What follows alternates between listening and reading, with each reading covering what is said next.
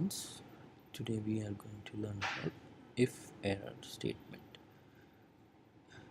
The if-error statement, the whole objective of using this if-error statement is to have your own customized error messages instead of Excel defined error messages.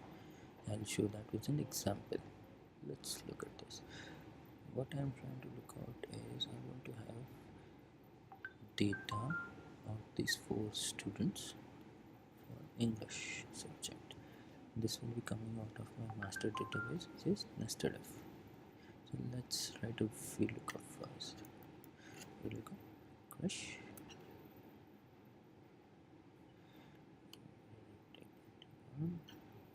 English is in 1, 2, 3. So crush has 27 marks. Okay, so now we will drag this formula for other students.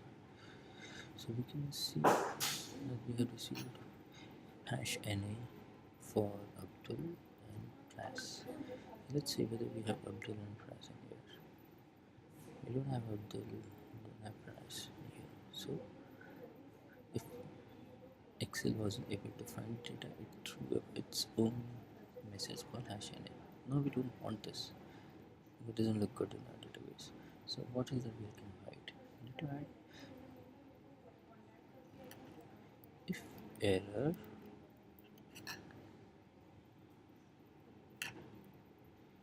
say record not found, and then we will drag this thing. So this way what has happened is like we have got rid of the Excel defined error messages, and in place of that we have given a custom which is more legitimate. It helps us to understand what this error is about. However, do's and don'ts for this. Again, be absolutely sure that your data is correct as well as your formula is correct. Otherwise, what will happen is like the moment there is a #NA which the system generated error messages come, it will get replaced by record not found. It may not necessarily be the correct error message, so just ensure that your data is really correct and the corresponding formula is also correct. Otherwise, it will continue to give error not found. You might be under the impression that the error record doesn't exist. Ensure your formula and data is correct or validated.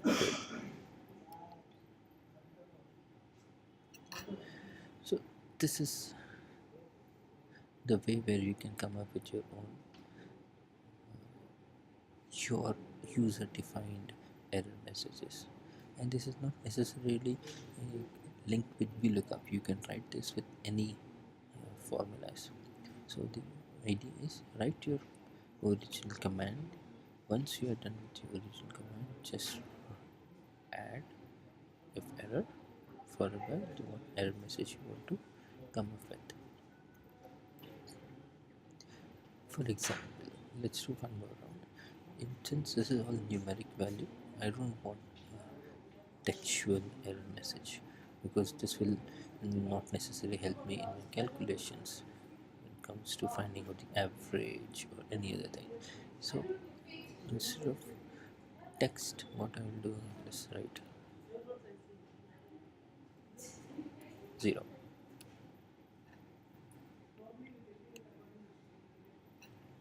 So what will happen is like it has been replaced with 0.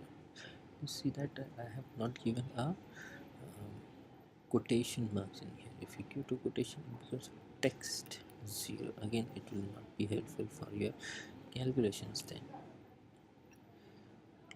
As text.